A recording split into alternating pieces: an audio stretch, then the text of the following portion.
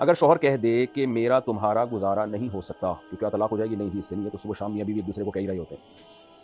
جب میں چھوٹا تھا تو میری ماں نے باپ سے طلاق لے کر کہیں اور شادی کر لی. اب میں 13 سال کا ہو گیا ہوں اور اپنی ماں سے ملنا چاہتا ہوں. میرا باپ اور میری سوتیلی ماں اس کی اجازت نہیں دیتے. مشورہ دیجیے. اجازت لینے کی ضرورت نہیں ہے. آپ اپنی ماں سے ملیں، نہیں ملیں گے گنہگار ہوں گے. قیامت میں طبیعت سے چترول لگیں گے آپ کو. ماں کا رشتہ کبھی بھی نہیں بھلایا جا سکتا، نہ باپ کا رشتہ. اگر ماں نے بچے کو روکا باپ سے ملنے سے تو بچے پر لازم ہے وہ پھر بھی باپ سے ملے. باپ نے روکا ماں سے ملنے سے تو بچے پر لازم ہے وہ پھر بھی ماں سے ملے گا. تو آپ کے لیے دونوں رشتے برابر ہیں. کسی ایک رشتے کو بھی آپ ناراض نہیں کر سکتے. اور اگر ماں منع کرتی ہے باپ سے ملنے سے تو ماں بھی گنہگار ہوگی، اور باپ منع کرتا ہے ماں سے ملنے سے تو باپ گنہگار ہوگا. تو آپ پر لازم ہے کہ ماں سے بھی ملے باپ سے بھی ملے، ورنہ اس کا عذاب دنیا میں بھی آتا ہے. مائیں ملتے ہی نہیں ہے، 20-30 سال ہو جاتے ہیں. ماں باپ میں سیپریشن ہوتی ہے، ماں سے نہیں مل رہے ہوتے بچے. بھائی باپ کے ساتھ رہتے ہیں تو 20 سال ہو گیا ماں کو نہیں دیکھا. بھائی تو جہنم کو کیوں خرید رہے ہو اپنے لیے، خدا کے بندو. اور بعض دفعہ سیپریشن کے بعد ماں کے پاس چلے جاتے ہیں، 20 سال ہو جاتے ہیں باپ سے نہیں ملتے. کیوں جہنم کو حلال کر رہے ہو اپنے لیے؟ تو اللہ نے وصیت کی ہے کہ ماں اور باپ دونوں کا خیال کرنا ہے. وصیت کا لفظ ہلکا لفظ نہیں ہے، بار بار قرآن میں تاکید کی ہے. اگر نماز میں سورہ فاتحہ کے بعد سورت ملانا بھول جائیں اور رکوع میں چلے جائیں تو کیا دوبارہ کھڑے ہو کر سورت پڑھنی چاہیے؟ کیونکہ میں نے سنا ہے کہ فرض کے بعد واجب کی طرف نہیں لوٹنا چاہیے. مسئلہ پہلے بھی میں بتا چکا ہوں، اس میں دلیل سے میں پہلے بتا چکا ہوں اس میں کیا مسئلہ ہے. اصول یہی ہے کہ رکوع کے بعد آپ دوبارہ کھڑے ہو جائیں اور سورت ملائیں اور آخر میں سجدہ سہو کر لیں. اگر بندہ بولے سے بغیر وضو کی نماز پڑھ لے اور بعد میں یاد آئے کہ میرا وضو نہیں تھا تو کیا کرنا چاہیے؟ یاد آئے تو پھر وضو کر کے اس نماز کو لوٹانا چاہیے.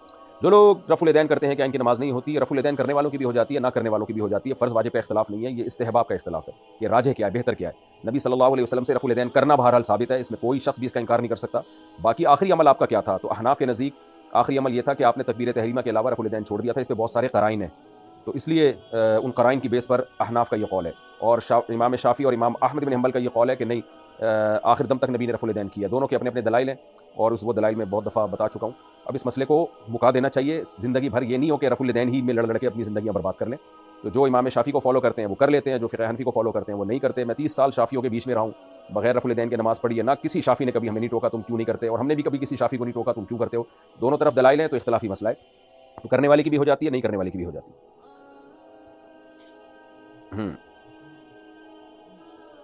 زوجہ منصور کا سے اگر قرآن پاک اوپر رکھا ہوا ہو شیلف پر تو نیچے کی طرف پیر کر کے لیٹ سکتے ہیں. دوسرا سوال مجھے لگ رہا ہے میں نے پہلے ریکارڈ تو نہیں کرا دیا یہ مسئلہ.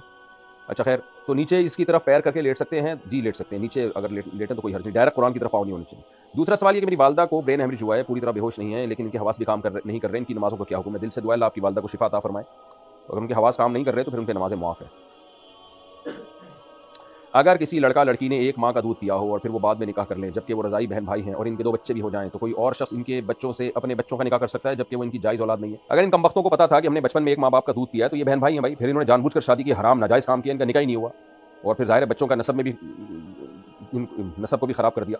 تو لیکن ظاہر ہے بچوں کا کوئی قصور نہیں ہے، تو ان کو تو چاہیے فوراً علیحدگی اختیار کر لیں. باقی ان کے بچوں سے شادی کرنا جائز ہے. یہ مسائل میرے خیال ہو چکے ہیں، میں نے غلطی سے پرانے مسائل کھول دیے ہیں، وہ بھی دوبارہ میں دیکھتا ہوں نئے مسائل.